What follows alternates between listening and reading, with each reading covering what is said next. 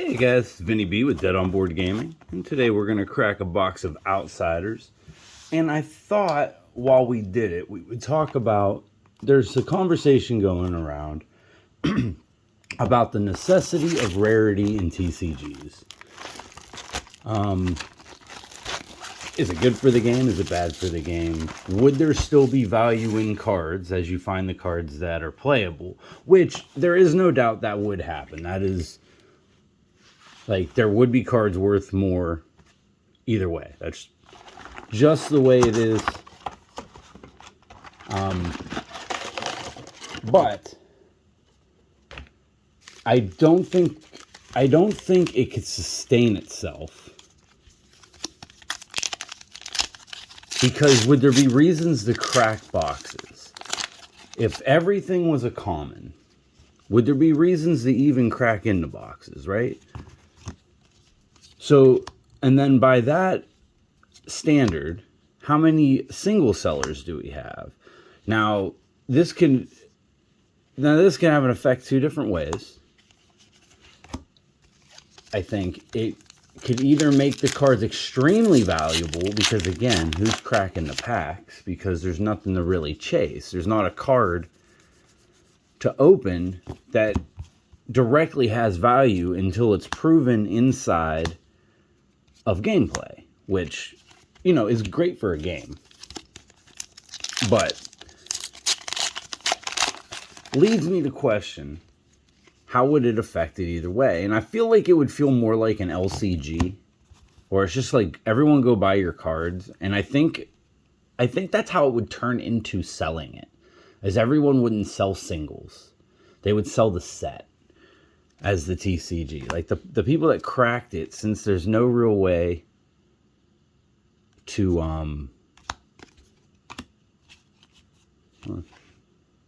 hopefully that's not it for the box, the old Seeker's leggings. I think I actually need the legs though, if that counts. I think I do need the legs. But yeah, so I think what would happen is people would just sell the sets of the entire set. Like, if you're going to crack the box, you put together the set, everything has the same rarity, so everything should come up about the same amount, right? So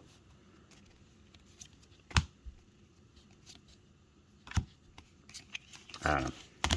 What do you guys think? Like again, I know it's a conversation going around and people feel different ways. And yes, you could sell singles, but there would only be certain singles worth anything. And then I think it actually would make the it would make every am I off camera?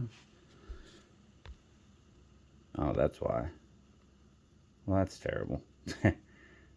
That's a back up. There we go. Nope.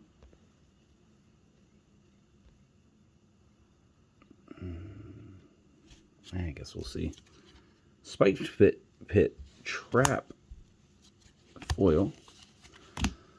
I'm hoping to get a shakedown. We're looking for a shakedown out of anything. But yeah, I just don't see how it'd be healthy for a game that's trying to do the TCG model.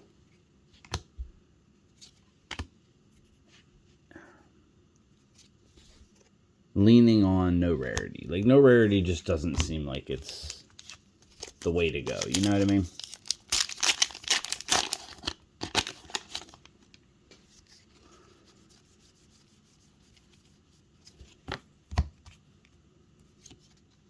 Another Codex Frailty. That's my third. I actually needed that. Super dope. I've been cracking those like crazy. I guess if you're going to open a card, that's not a bad one to open, right?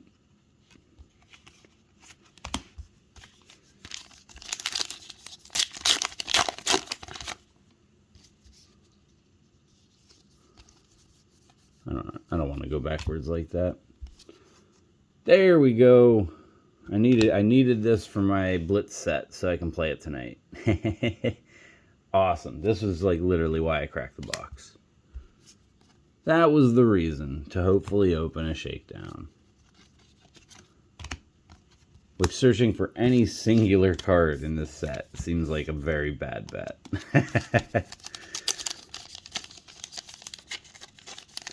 What else we got going on? Haunted Castle Gaming put out a letter to the community about them closing their doors. That's super sad. They were the maker of, what was this odd? Creator of Genesis, Battle of Champions, which is a super fun game. It had mechanics from miniature games. Worth checking out. Now the pieces are probably going to be a little cheaper too. So they weren't expensive to begin with, but my question I don't know what happened that make them close. So this is just me talking, but I wonder, did following a TCG model in a game that played more board game-ish hurt it? Like, is that what happened? Or, did life get busy? I don't know. And I'm not asking. I don't need an answer or anything like that. I'm just talking the talk. And again, like, what was it a business thing? Because they were, like, he designed the game for 20 years. In his letter, he went over, and went over his highs and lows and everything like that. They were in market for 5 years, which is good. They've made it across seas. Like, you know what I mean? Like, it's made it to a handful of other countries. I can't think of them off the top of my head. So, like, all that's a success, right? So, I wonder. Did it have to do with the game itself, or was it personal stuff? But again, I'm not looking for an answer. I just thinking out loud with you guys. I'm not trying to pry into the guy's life, There is a set, Invasion, I believe it was called, that is, I think, produced, but it needs to be released. He stated that he had all intentions of getting that out one way or another, whether through print and play or some other distribution method. So there will be one more set for it. I will definitely be picking up a box or two of it because I do have Origins. And again, I think the game's fun. It's not something I play all the time. I mean, maybe that's the other thing. But for the people that do play it, like me and Bob, if we ever got together and he's like, let's play some Genesis, I'd be 100% in. Like, I have a water deck that I like and everything like that. Yeah. And honestly, the more we played it, the more interesting it got, which I thought was cool too. Because I don't come from miniature gaming, so like a lot of the movement stuff and things were things I was kind of learning on the fly. But very sorry to hear that, for whatever reason. And I do wish everybody that was involved in that project and in that company the best going forward. And thank you so much for bringing the joy of your game to the masses for as long as you could.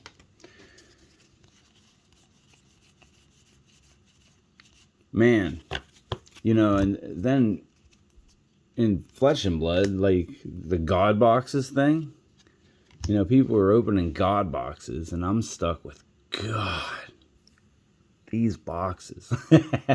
You know what I mean? But hey, they're out there. I would be super pumped if I ever hit one.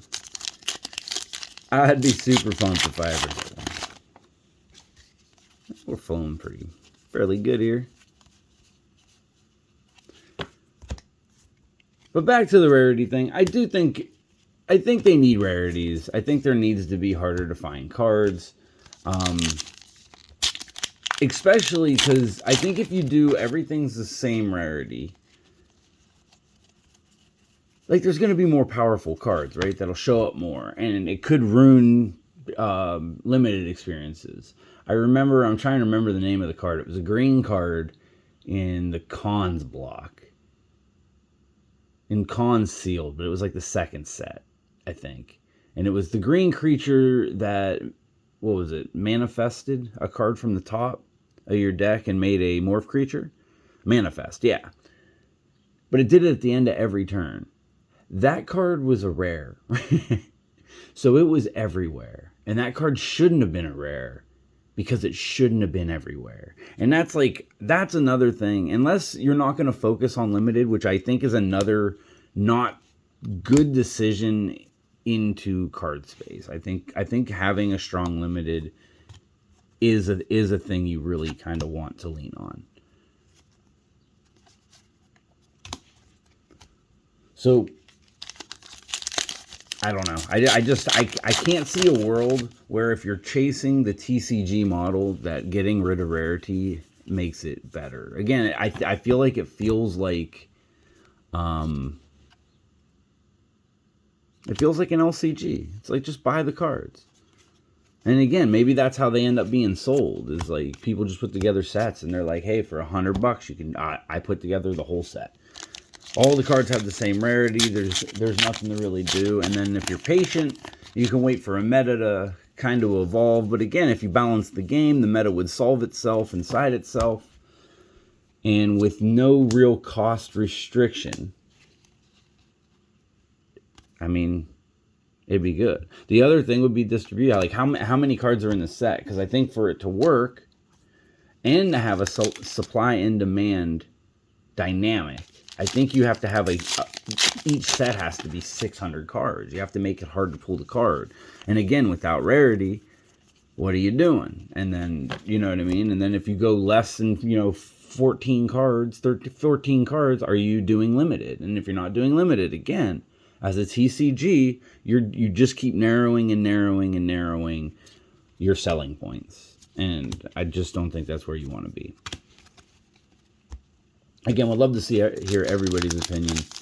I had a little bit of this conversation with Alan the Kraken in his things, and again, it's just been kind of on my mind, so I wanted to just address it, and talk about, hey, another one of these.